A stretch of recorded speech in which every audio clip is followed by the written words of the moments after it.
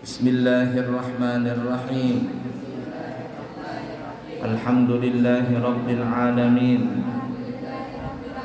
Allahumma wa salli wa sallim ala sayyidina Muhammadin wa ala ali sayyidina Muhammadin.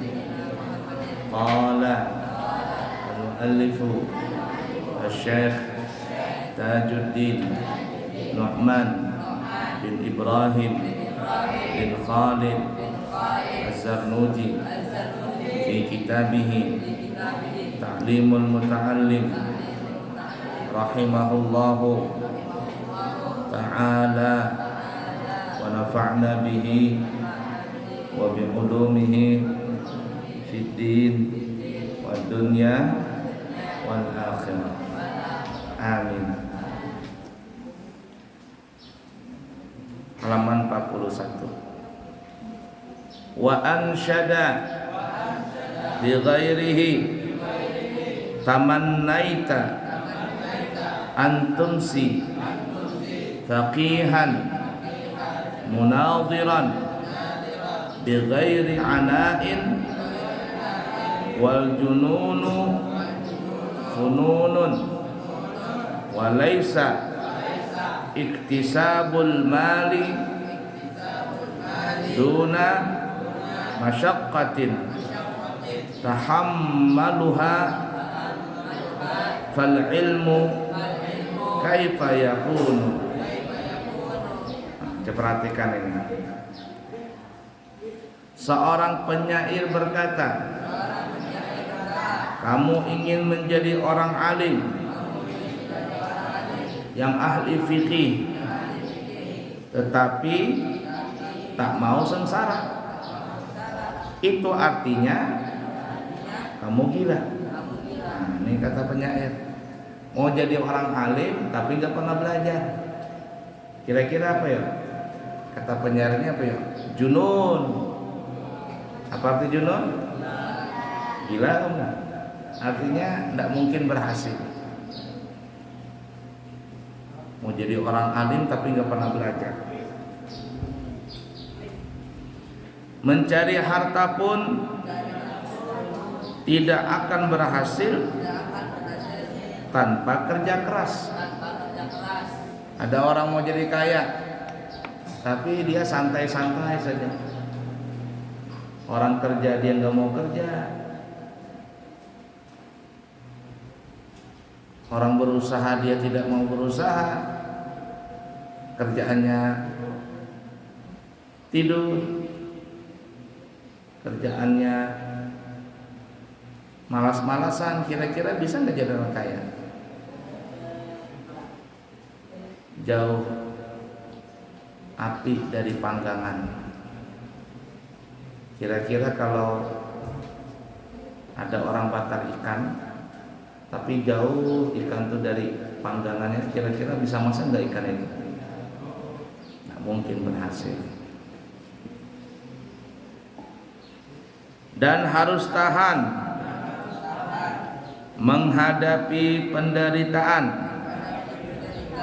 Begitu juga mencari ilmu tidak akan berhasil tanpa kerja keras, alias melewati sengsara. Orang nuntut ilmu itu pasti capek dulu, mengorbankan ngantuk, mengorbankan badan, mengorbankan harta. Nggak mungkin orang nuntut ilmu setahun 2 tahun saja, nggak mungkin.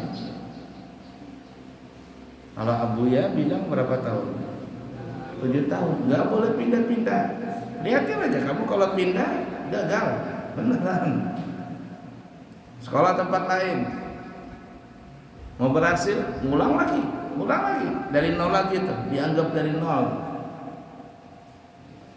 Kecuali gurunya yang nyuruh, cukup sudah kata gurunya, pindah lagi ke sana.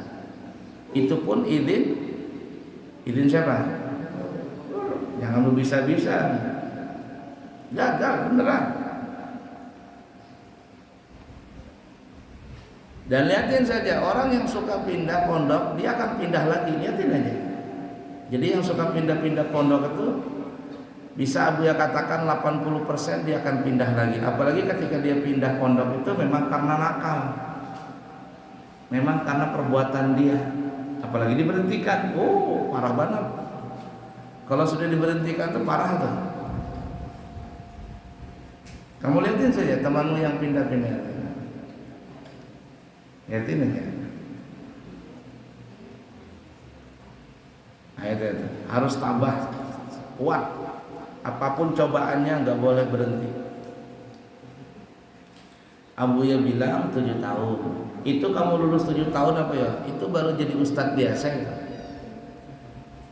Atau jadi ustadz biasa itu baru bisa baca doa,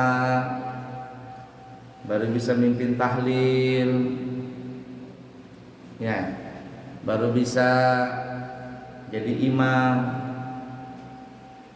Itu dulu. Tapi kalau mau jadi betul-betul, artinya mau jadi kelasnya kelas kiai, ini bukan kelas ustaz. Kelasnya kelas kiai, berapa tahun? 13 tahun.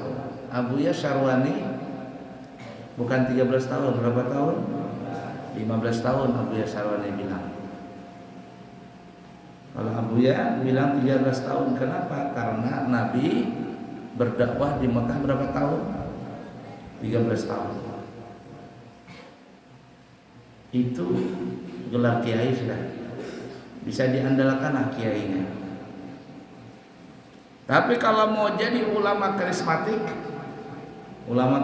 itu tidak perlu ceramah, duduk aja orang senang sudah.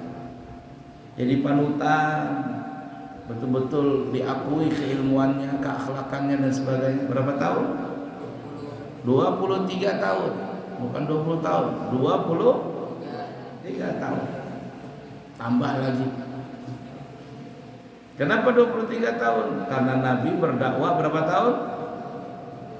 23. Di Mekah berapa tahun? Di Madinah berapa tahun?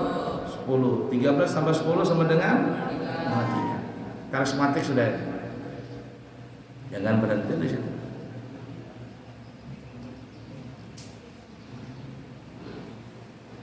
Jadi kalau cuma 3 tahun, 4 tahun, belum apa-apa. Yang 7 tahun lah, 7 tahun pesantren, berapa tahun? 7 tahun. Tapi kerjaannya dia nggak belajar. Khidmah aja melulu, khidmah aja, tapi nggak pernah belajar. Udah jadi orang alim. Mungkin jadi orang kaya, iya. Iya. Dia hasil khidmah itu bisa jadi orang kaya, betul. Tapi jadi orang alim belum. Kenapa? Karena nggak pernah belajar, cuma khidmah aja. Orang belajar aja nggak pernah khidmah, alim, tapi dia di masyarakat biasa saja. Arti besar itu artinya masyarakat itu tidak ada ngelihat simpatik dengan dia. Itu Abuya rasakan itu. Banyak teman-teman Abuya cuman fokusnya belajar, nggak mau khidmah. Ya ketika terjun di masyarakat, ya alim, tapi di masyarakat dengan masyarakat tuh hubungan dengan masyarakat kurang. Tapi ada yang khidmah terus. Tapi nggak belajar seadanya aja itu. Di masyarakat itu lebih berhasil dia. Artinya lebih disukai sama masyarakat, lebih dituakan di masyarakat. Itu terasa itu. Daripada orang yang cuma belajar tanpa khidmah. Lebih baik khidmah daripada belajar. Di masyarakatnya itu lebih respect masyarakat dengan orang itu. Kalau ustadz, kalau yang lulus ini dia ngajak berdakwah, itu lebih gampang ngajak orang itu. Kenapa? Karena dia sudah pernah khidmah. Jadi harus dua-dua nih pakai nih. Belajar khidmah, belajar khidmah. Khidmah betul-betul. Jangan ada batu di balik udang, bukan udang lagi di balik batu. Khidmah rajin begitu. Ternyata ada yang ditaksirnya, gagal itu, nggak jadi itu racunnya itu. khidmah rajin di dapur bantuin, ternyata ada yang ditaksirnya gagal. Gotong royong rajin, tapi ada yang ditaksirnya cewek gagal beneran. Jadi nggak boleh macam-macam khidmah, ya khidmah aja sudah, nurut selesai. Jangan diracunin itu dengan yang lain. Paham? Ada. Yang Abu ya cerita kemarin itu ada seorang habaib diundang di satu kampung di daerah Jawa. Ada kiainya di situ. Lalu Pak Kiai ini bilang, ya Habib, nanti kalau ceramah tolong singgung masalah seorang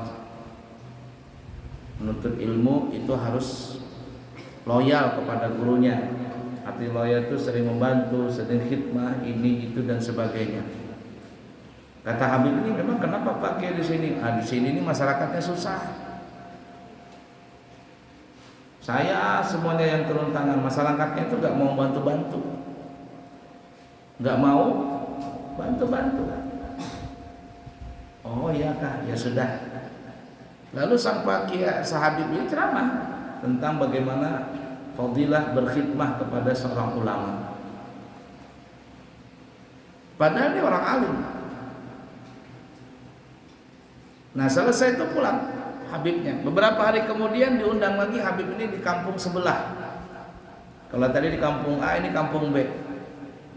Nah karena ini kampung B berdekatan, Habib ini datang, lalu ada kiai di situ. Dia tanya, Habib ini tanya kepada kiai di situ, Pak Kiai, masyarakat di sini gimana? Dengan Pak Kiai, masya Allah, masyarakat di sini loyalnya bukan main, gotong royongnya bukan main. Saya baru ngomong, mereka sudah datang membantu untuk kelangsungan majelis, kelangsungan ini. Pokoknya luar biasa loyalitas mereka itu. Si Habib ini bingung, kok aneh ya Pak Yai? Kata Pak Yai, ada apa Habib? Saya kemarin ceramah di kampung A, itu ada kiainya di situ. Tapi masyarakat di sana itu tidak ada sangat loyal kepada kiainya. Kamu mana Pak Yai? Kamu situ. Oh, kiainya si Fulan. Iya. Pantasan aja ya Habib katanya. Pantasan aja ya Habib katanya. Kenapa pantasan? Itu kiai teman saya waktu di pesantren. Tapi sang kiai itu cuman belajar saja, enggak pernah khidmah. Dia alim. Karena dia enggak pernah khidmah, dia mendapatkan murid-murid seperti itu. Nah, jadi betul tuh, belajar khidmah.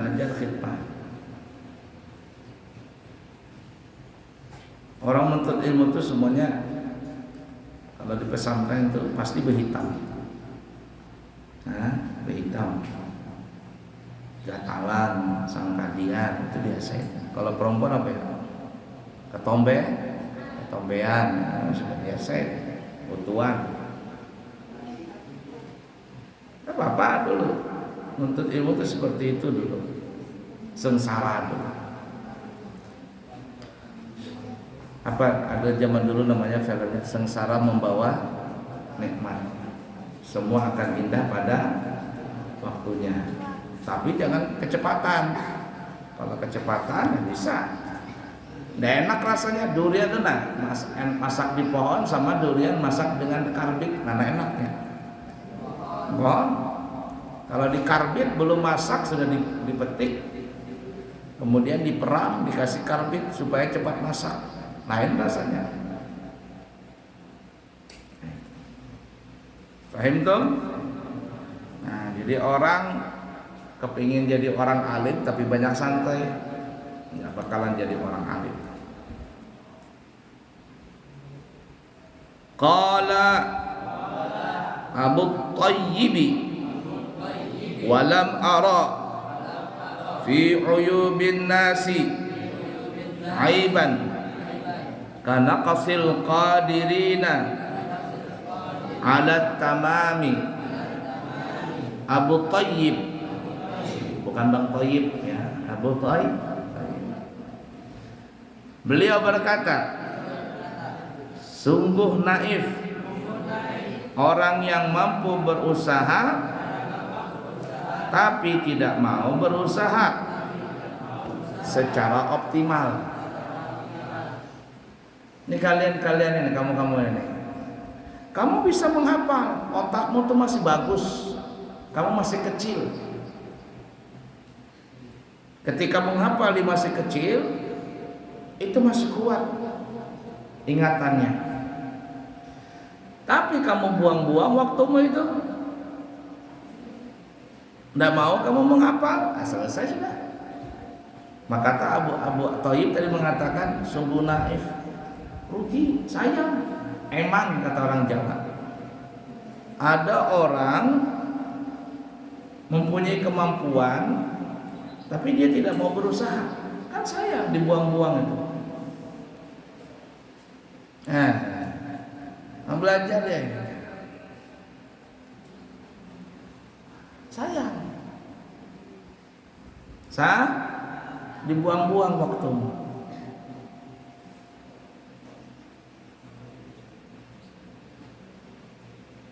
Jadi masih kecil ini belajar betul-betul.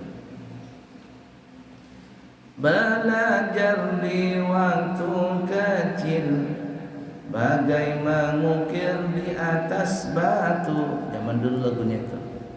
Ini kayak kamu kecil ini menghafal, itu kayak mengukir di atas batu. Belajar di waktu kecil bagai mengukir di atas batu. Belajar sesudah dewasa. Yang tua-tua ini bagaikan mengukir di atas air. Kalau sudah tua umur, tidak ada lagi pikiran mau kawin, mau cari duit, suruh belajar.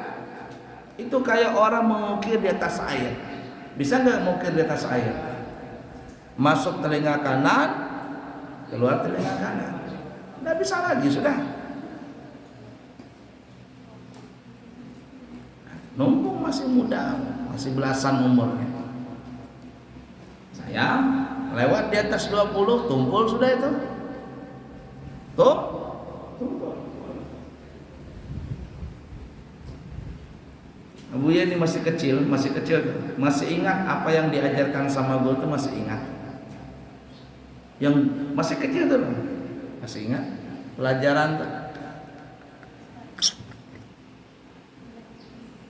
Ya, sayang kalau dibuang-buang waktu itu.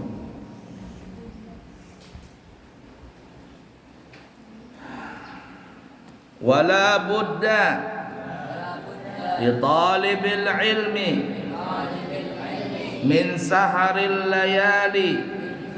Perhatikan ini,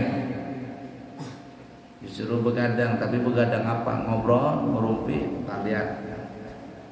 Kama qala asy-sya'iru biqadril kaddi tuktasabul ma'ali. Ikutin semuanya. Faman talabal ula saharil layali tarumul izza thumma tanamu laylan yagusul bahra man talabal lalali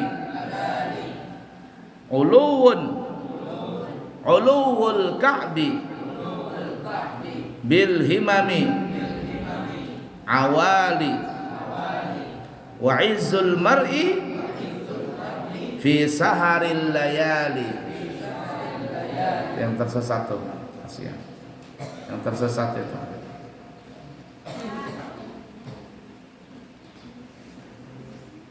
Ingat, gak ada orang yang bodoh itu, gak ada. Yang ada adalah orang bodoh itu gak ada. Yang ada adalah orang rajin pangkal pandai, bodoh pangkal malas pangkal. Kalau orang rajin pandai, tapi kalau malas, udah dia. Kata anak Balikpapan apa? On.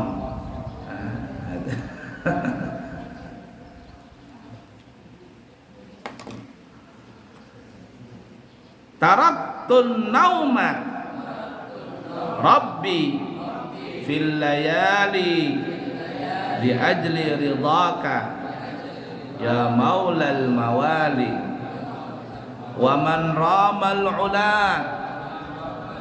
min ghairi kaddin adha'al umra fi talabil muhali fawaffiqni ila tahsil ilmin wa ballighni ila aqsal ma'ali wa qila ittakhidil laila jamalan tudrik bihi amalan.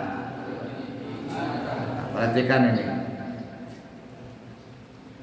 seorang santri tidak boleh banyak tidur pada malam hari.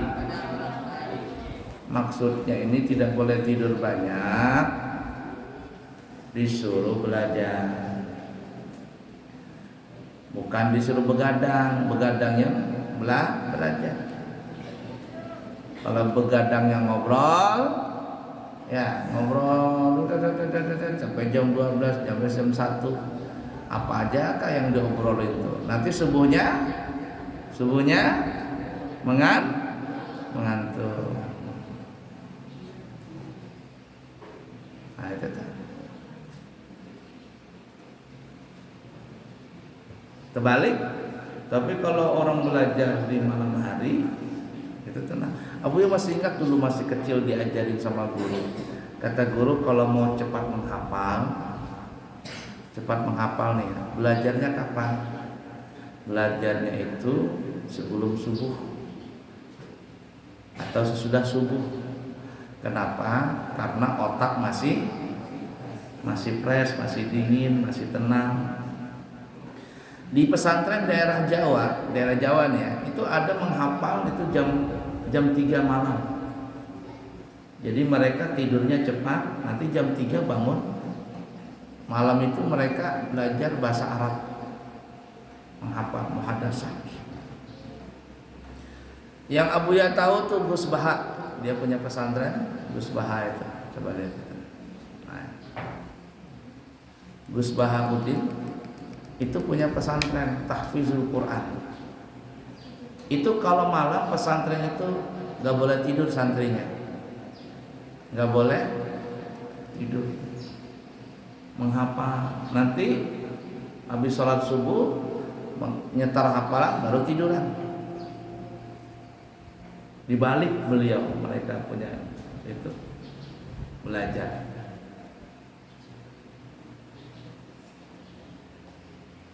Abuya di Ampel dulu masih kecil. Kamu masih umur 17 tahun kalau nggak salah, atau 19 tahun, lupa Bu, 17 tahun. Ke Ampel sudah menghafal Quran. Di Masjid Ampel tuh dari maghrib nanti pulang tuh kurang lebih jam 11 malam baru pulang. Masjid sudah tutupan jam 10 atau jam 11, baru pulang ke pesantren. Di mana Buya duduk di depan atau di samping makam Mbah Soleh. Mbah Soleh itu yang tukang sapunya Masjid Sunan Ampel. Orangnya satu tapi kuburannya 9 kali, 9. Pernah nggak Buya cerita? Nah di situ ada tiang. Kalau Abuya bawa Naila, bawa Umara, kata Abuya, nih naik di sini Abi duduk naik di tiang ini naik, sambil menghadap ke makam Mbah Soleh. Di sini kalau malam Abi duduk sholat, ngapal Quran. Jadi dari pesantren habis maghrib, sebelum maghrib, habis nyetor sore itu ya, pulang, kemudian makan, karena cuman makan 2 kali dalam sehari. Makan 2 kali aja. makan pagi sama makan sore, makan malam nggak ada. Jadi makan sore di sholat asar, makan sudah, mandi sebelum maghrib ke Masjid Ampel, duduk di situ sampai sudah mau habis orang di Ampel, baru kembali ke pesantren.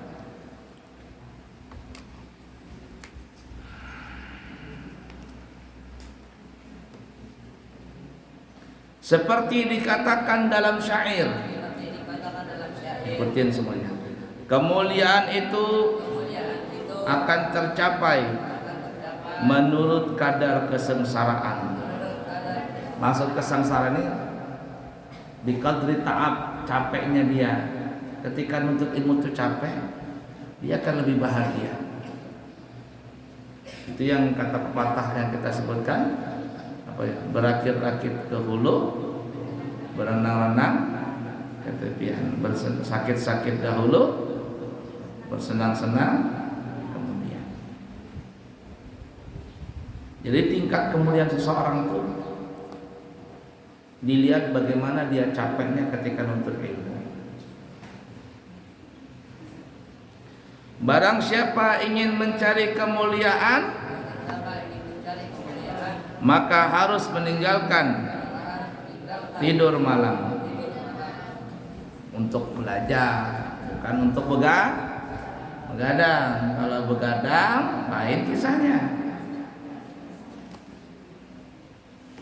Ada Abuya sama Habib Syarif tuh ya, sebelum Abuya ke Hadramaut itu Abuya belajar. Berdua ini berdiri, coba berdiri. Berdiri.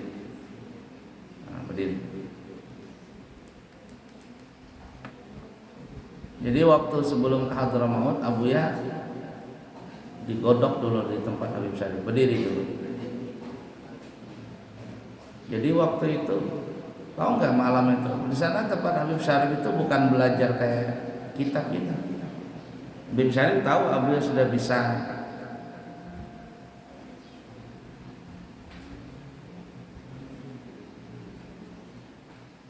Habib Syarif sudah tahu Abuya sudah bisa baca kitab, sudah bisa hafal Quran.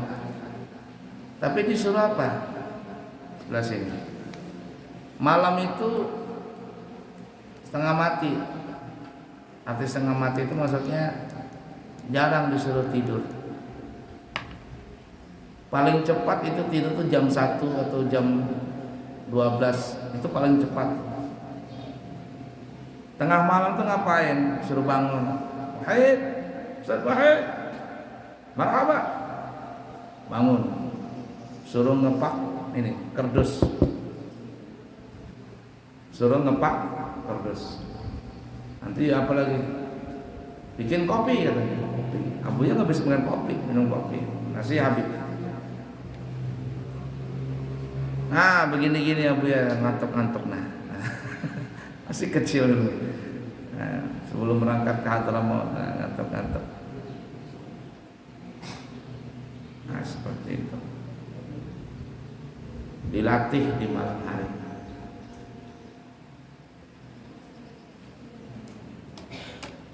Habib Umar itu, Habib Umarin Hafiz itu Masya Allah. Itu beliau sehari itu cuma 3 jam atau 4 jam tidur. Itu pun tidurnya cuma terkadang di mobil gitu. Udah, habis itu bangun lagi, ngajar lagi. Kuatnya Habib Umar itu subhanallah.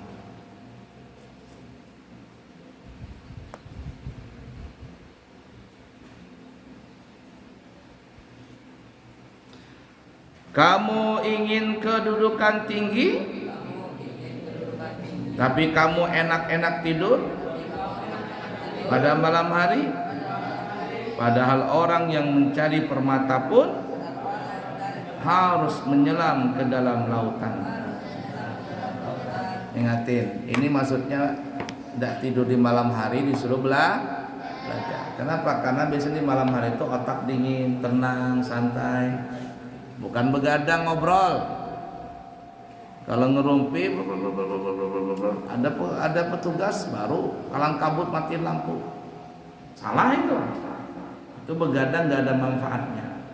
Begadang jangan bergadang. Nah itu. Kalau tiada artinya, begadang boleh saja. Apalagi jika ada perlunya.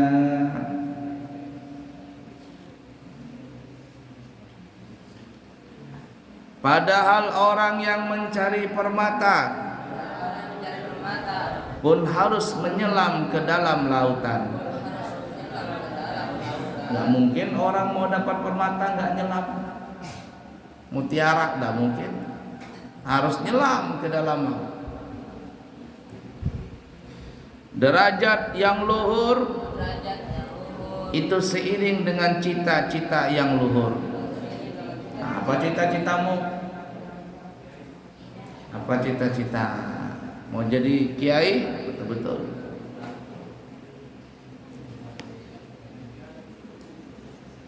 Apa niat masuk pesantren? Saya mau jadi kiai. Betul, bagus itu. Saya mau jadi ulama, boleh. Tapi ada orang masuk pesantren itu niatnya apa? Karena sudah nggak bisa lagi masuk sekolah sini, sekolah situ, ditolak saking nakalnya. Daripada nganggur, masukkan aja ke pesantren. Jadi pesantren tuh kayak bengkel. Akhirnya apa? Ketika di pesantren nakal, nggak ikut pelajaran, bikin gaduh, bikin kacau. Kenapa? Karena niatnya salah. Ya Reza, kamu niat pesantren apa maksud niatnya masuk pesantren? Dimasukkan sama bapakmu kenapa? Ada orang masuk pesantren itu dipaksa sama orang tuanya. Kenapa? Saking nakalnya sudah. Nakal. Nggak bisa diatur lagi sana sini. Masukkan aja pesantren. Akhirnya apa? Nggak jadi apa-apa. Bikin kacau aja di pesantren. Ada Abuya baru beberapa hari yang lalu nonton videonya Guru Zuhdi, Allah yarham. Jadi Guru Zuhdi ditanya, Guru, pian kenapa nggak bikin pesantren? Kata Guru Zuhdi, aku bisa bikin pesantren, insya Allah bisa aja. Kalau mau bikin pesantren, bisa aja. Karena beliau banyak yang membantu.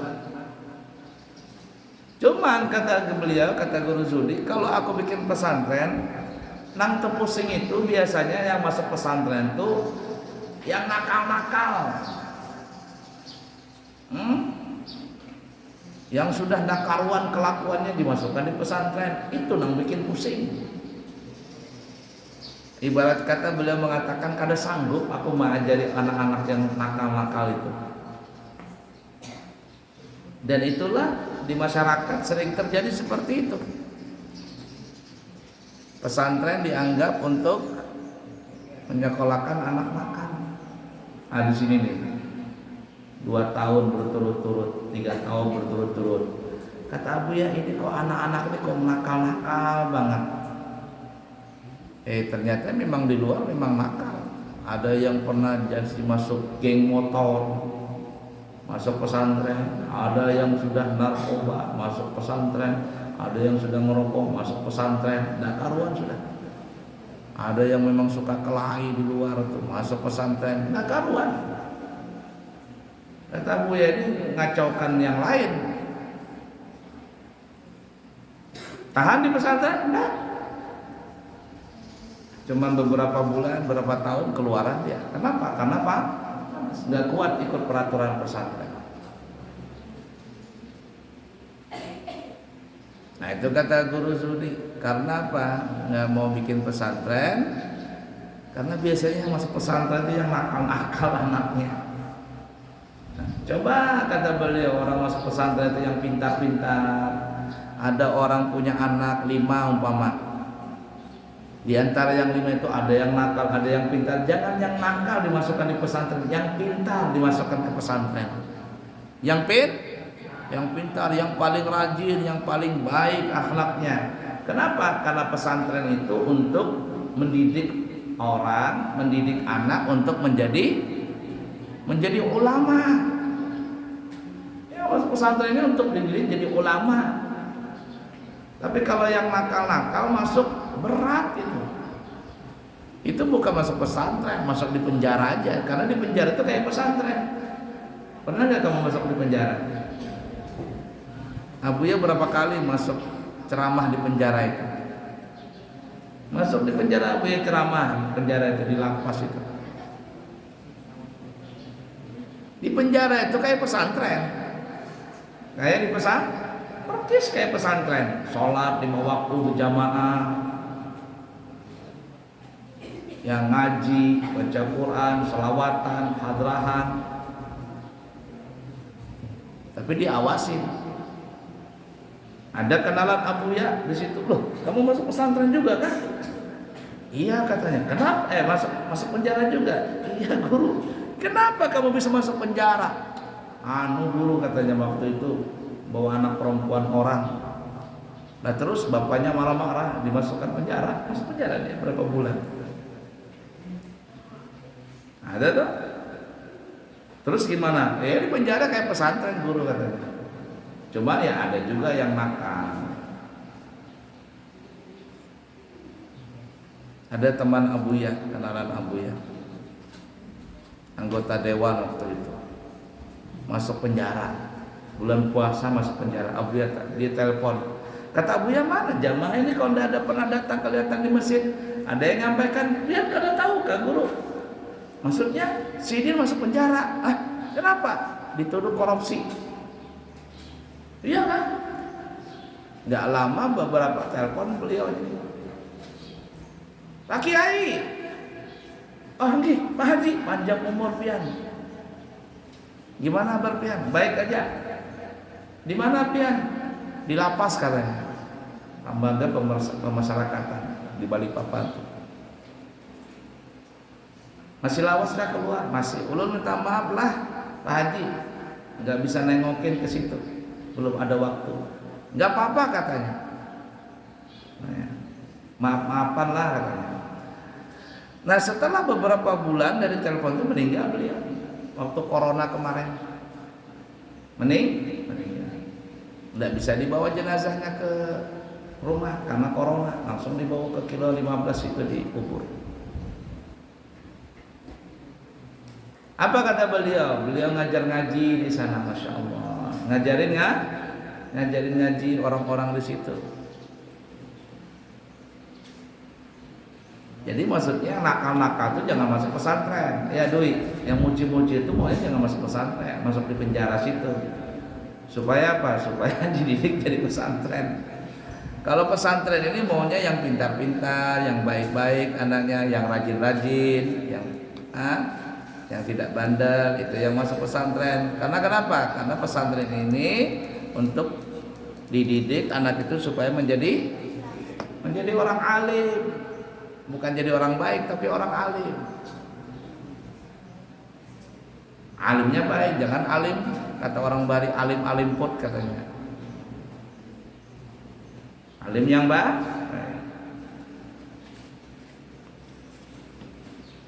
Nah itu sudah menjadi fenomena di mana-mana pesantren itu pasti ada yang nakal. Kenapa? Karena masyarakat berpikir pesantren itu untuk yang nakal-nakal anaknya.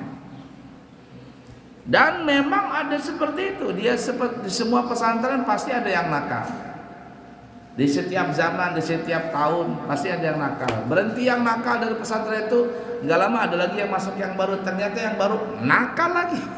Nggak bisa habis itu, pasti ada ya. Di mana ada Muhammad, di situ ada Abu Jahal. Di mana ada putih, di situ ada hitam. Di mana ada malaikat, di situ ada iblis dan syaitan. Itu hukum alam sudah seperti itu.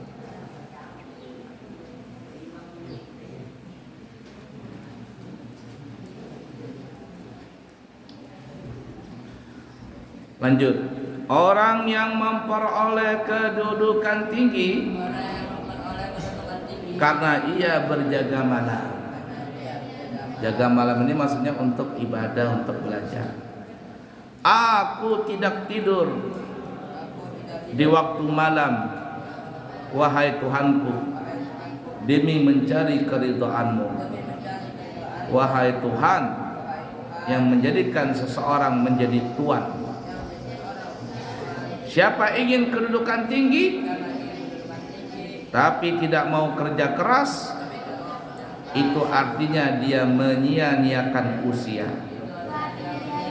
Kayak kamu ini, umur masih muda, disuruh menghafal nggak mau menghafal, disuruh belajar nggak mau belajar, itu namanya menyia-nyiakan usia. Rugi nanti setelah tua baru menyesal. Sekarang nggak menyesal. Kenapa? Karena masih ada orang tua yang ngongkosin, masih ada yang bantu belajar, ngasih ongkos. Tapi nanti kamu umur 25 tahun, 20 tahun ke atas, banyak sudah orang tuamu, kamu aja yang diongkosin kata orang tuamu. Nggak juga pintar. Kamu aja yang diongkosin, nggak pintar katanya. Kerja aja sudah, cari duit sendiri. Ada nggak orang tua seperti itu? Ada nanti. Kenapa? Karena saking muyaknya, nggak jadi anak ini. Tapi kalau kamu baik jadi, bangga orang tuamu. Kata bapaknya, nggak apa-apa, abah jual sawah nggak apa-apa, abah jual apa lagi? Jual kambing, jual sapi nggak apa-apa. Kamu belajar betul-betul nak. Itu saking relanya orang tua itu. Kamu mau sekolah kemana nak? Ke Hadramaut, ke Mekah, ke Madinah, ke Mesir, ke Turki, ke Maroko, Maghribi? Ayo nak, sekolah nak. Abah ongkosin, sehabis-habisnya abah ongkosin.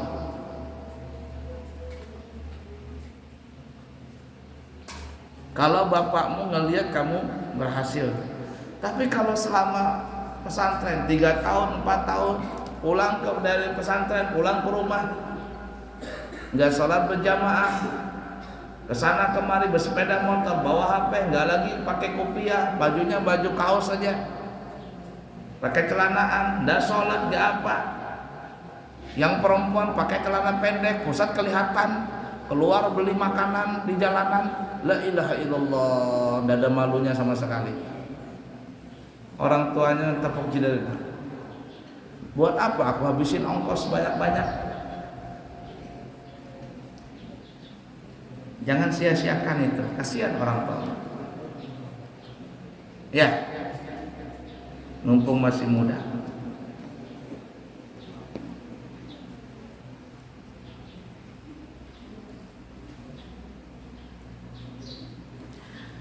Itu artinya dia menyia-nyiakan usia, mengharap sesuatu yang mustahil. Mau jadi kaya tapi nggak bekerja, mau jadi orang alim tapi nggak belajar. Kerjaannya kalau majelis, kalau masuk belajar tidur, waktu belajar tidur, waktu tidur bangun, terbalik-balik waktunya. Nggak boleh seperti itu. Maka tolonglah kami ya Allah dalam mencari ilmu, dan tempatkanlah kami ke puncak kedudukan yang luhur. Para santri harus menggunakan waktu malam untuk belajar dan ibadah supaya memperoleh kedudukan tinggi di sisinya Allah. Wallahu a'lam. Dia harus capek. Kalau nggak capek, nggak bakalan berhasil. Di tempat lain tuh ya, malam nggak ada belajar pesantren tuh. Tapi Abu ya nggak mau, malam tetap belajar. Malam tetap. Di tempat lain tuh belajarnya cuma dari jam 8 sampai jam setengah 12 siang, selesai bisa pulang. Sisanya santai-santai. Kita enggak, di sini 5 jam, 6 jam belajar. Habis sholat subuh jam 8 sampai jam 9, jam 9 sampai jam 10. Ba'da zuhur malam 5 jam. Belum lagi kegiatan yang lain, wiritan dan sebagainya. Jadi ibarat kata kalau waktu itu 24 jam, 12 jam kamu di sini ibadah semua. Wallahu a'lam. Sallallahu alaihi wasallam Muhammadin wa ala alihi wasallam. Alhamdulillahirabbil alamin.